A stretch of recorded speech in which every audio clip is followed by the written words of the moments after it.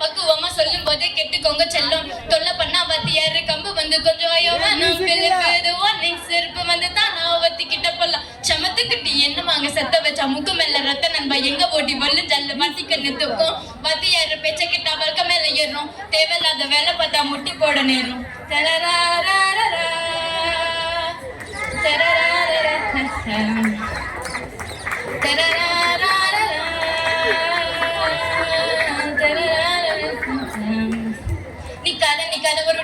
சிக்காத ஒரு தொட்டலைக்கு நானே பதில் பக்காவா பாப்பானே